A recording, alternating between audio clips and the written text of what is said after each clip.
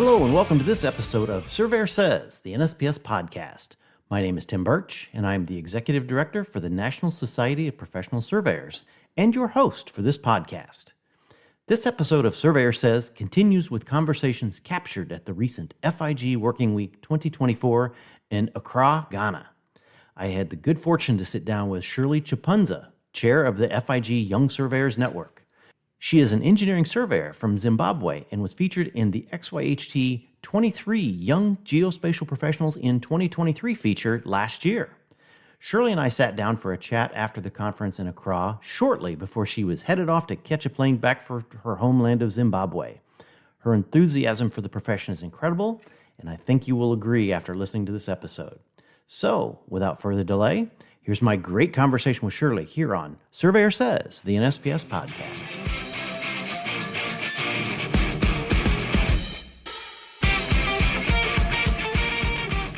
Hello and welcome to another episode of Surveyor Says. We are winding down here in Ghana, Accra, Ghana, and I have the pleasure, and I do mean absolute pleasure, of sitting down with the current FIG Young Surveyor Network Chair, Shirley.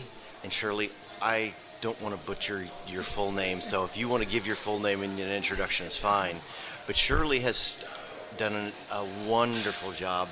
Our good friend Farah from Turkey has not been able to attend and participate like she thought she would due to some circumstances. And our dearest Shirley has stepped up and has been able to.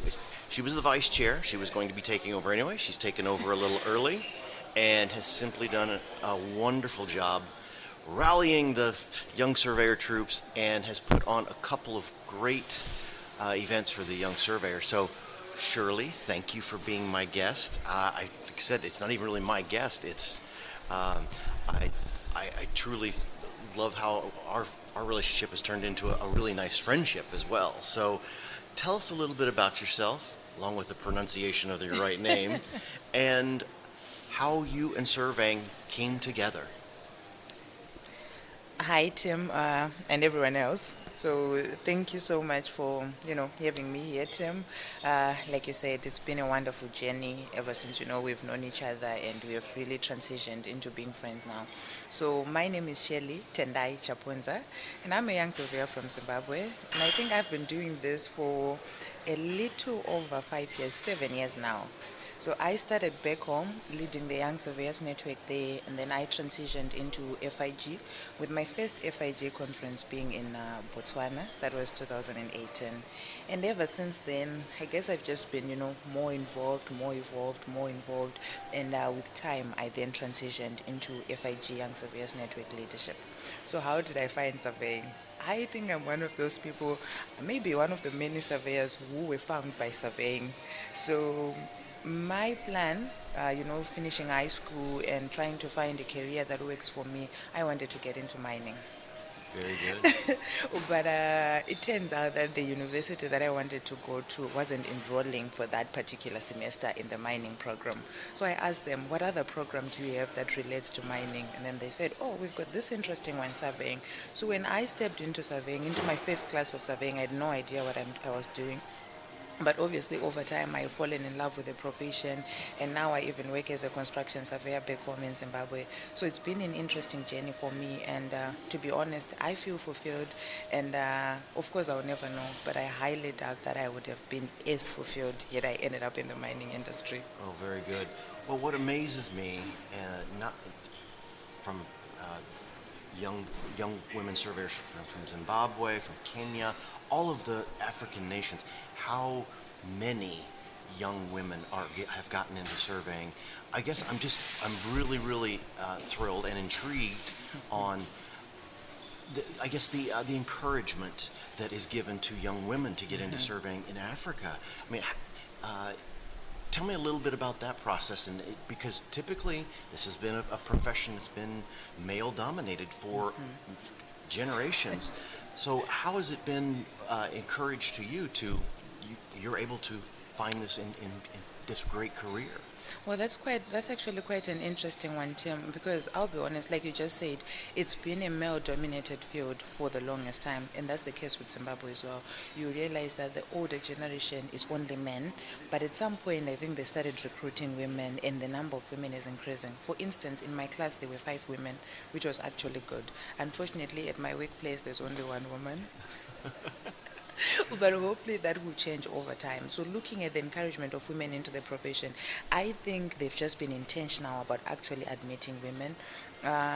Quota system, not really a fan, but it's working because Right. it's getting more voices, more different and diverse voices into the room, and we are actually proving that we can do this as much as men can do it, which is nice. If there have been any intentional campaigns or programs like that, not in Zimbabwe, but one thing that I know is the quota is not really written down, but I think universities are just being intentional about saying we need more women. So when a woman applies, they make room for her, and then when, with time, we are surveyors. But it's also having champions for the women's portion of getting into surveying.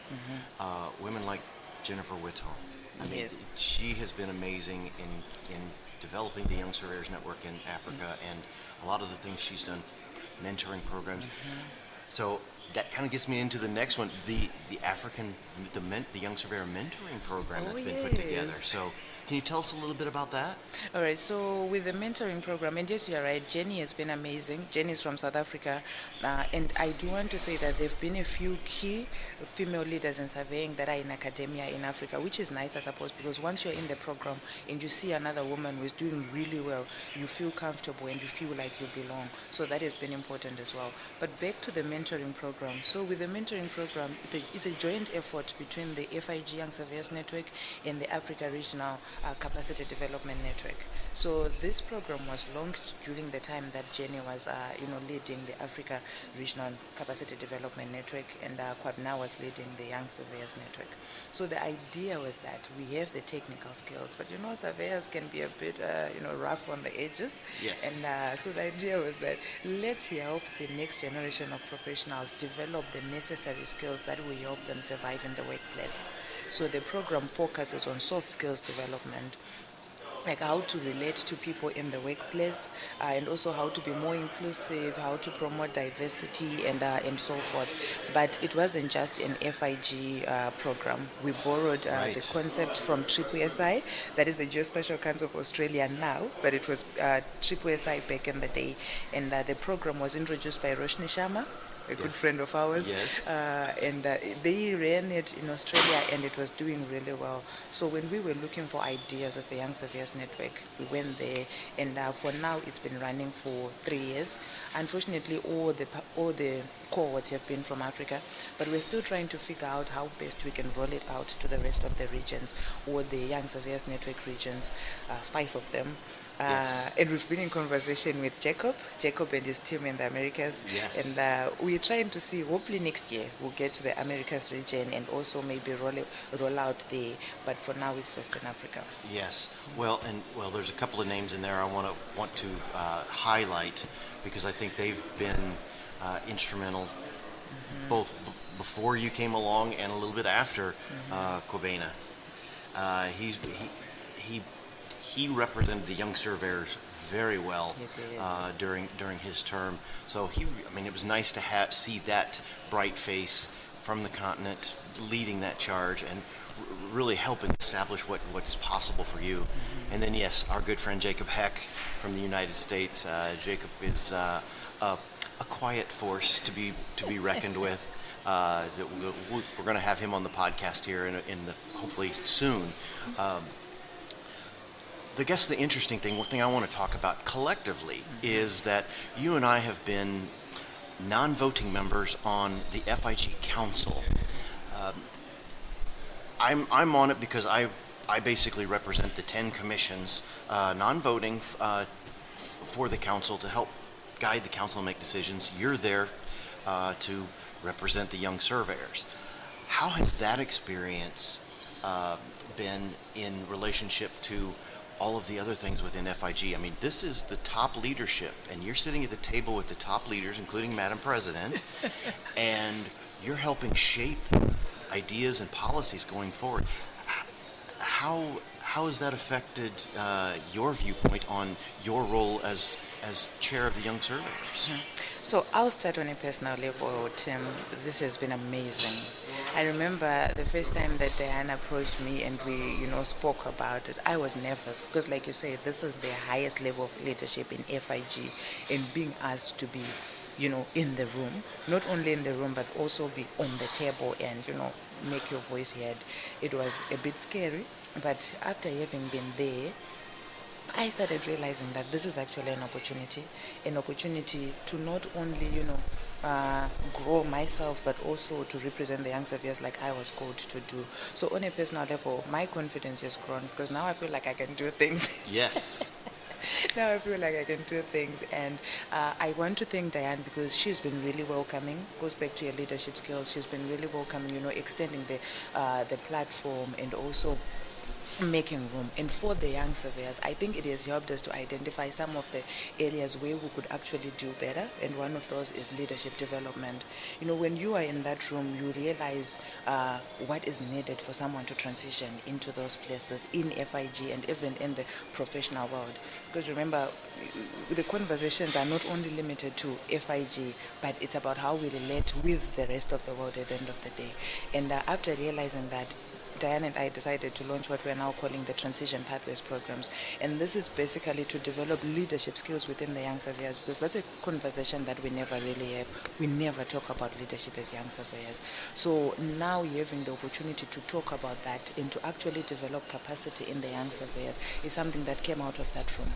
Good. And not only that, it has also opened the FIG community to me, and I believe the Greater Young Surveyors Network, because when you are part of that room, you are introduced to everyone in FIG, and it fosters certain collaborations, partnerships that are extra meaningful for the rest of the Young Surveyors Network, and it just exposes you to every other opportunity that is there for the young surveyors in FIG, so in FIG as a whole.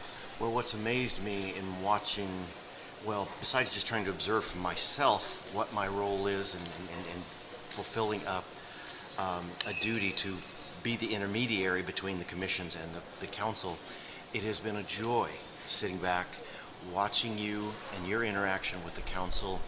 I think a lot of times it's been expected that you're young, you're technically inexperienced, sit back, listen, take it all in, and listen to what the adults have to say. I have to say that really from the start, I can appreciate you have been front and center.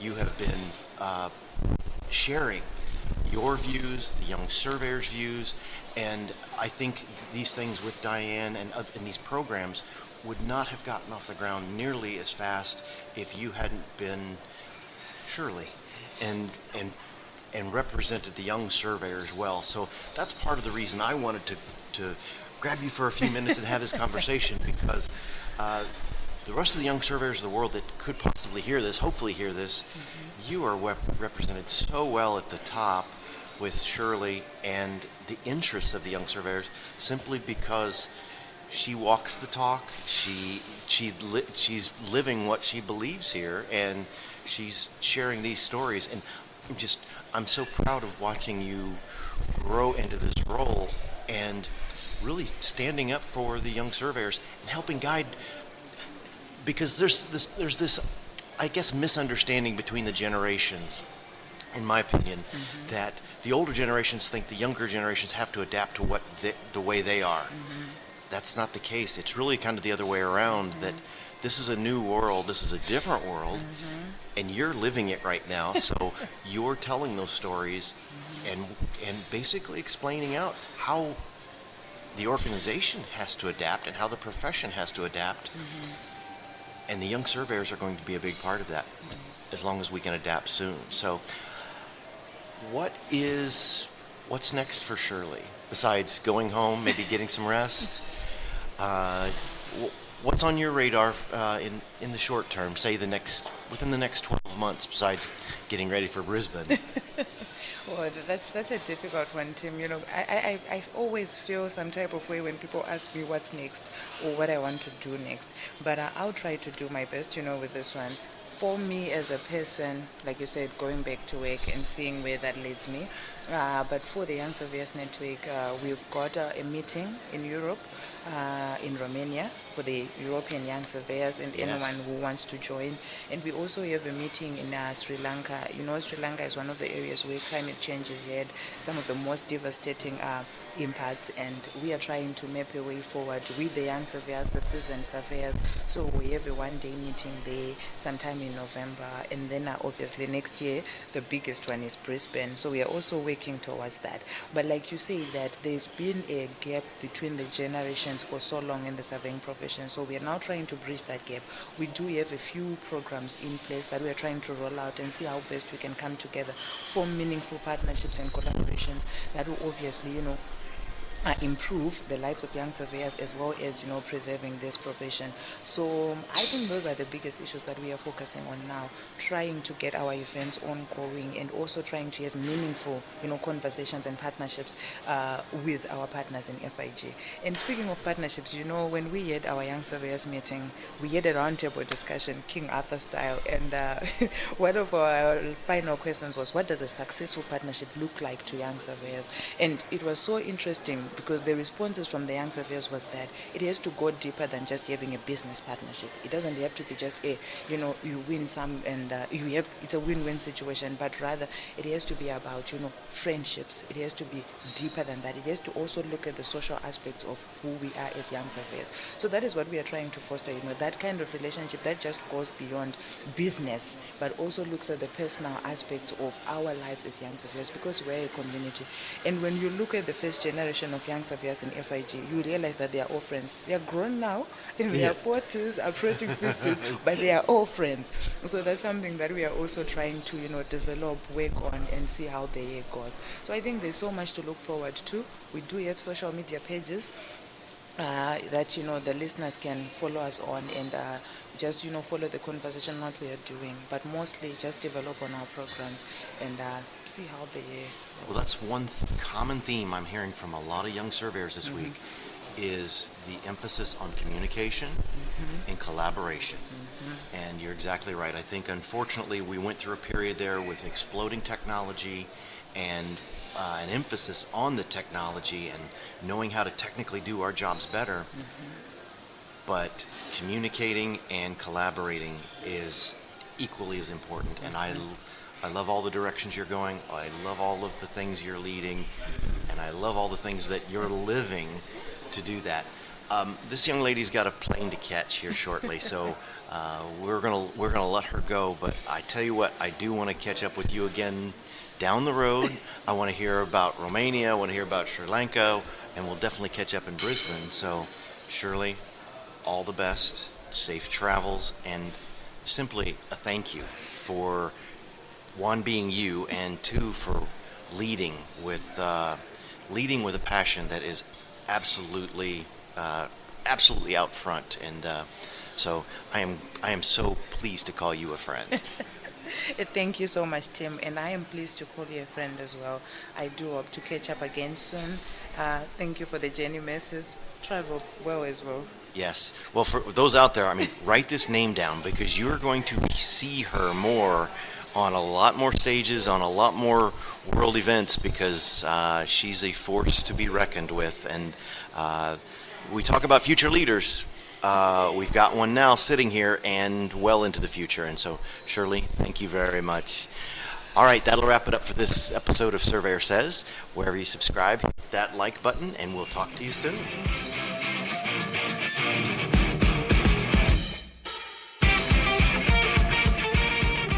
You've been listening to the Surveyor Says podcast, brought to you by the National Society of Professional Surveyors.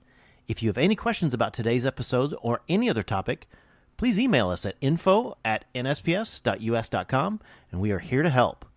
Visit our website, nsps.us.com, to learn more about our association, the programs we administer and support, our sustaining members, and information about future episodes of Surveyor Says. Subscribe to the podcast on iTunes, Apple Podcasts, Google Play, iHeartRadio, Spotify, as well as our podcast host, Podbean. And remember, it's a great day to be a surveyor.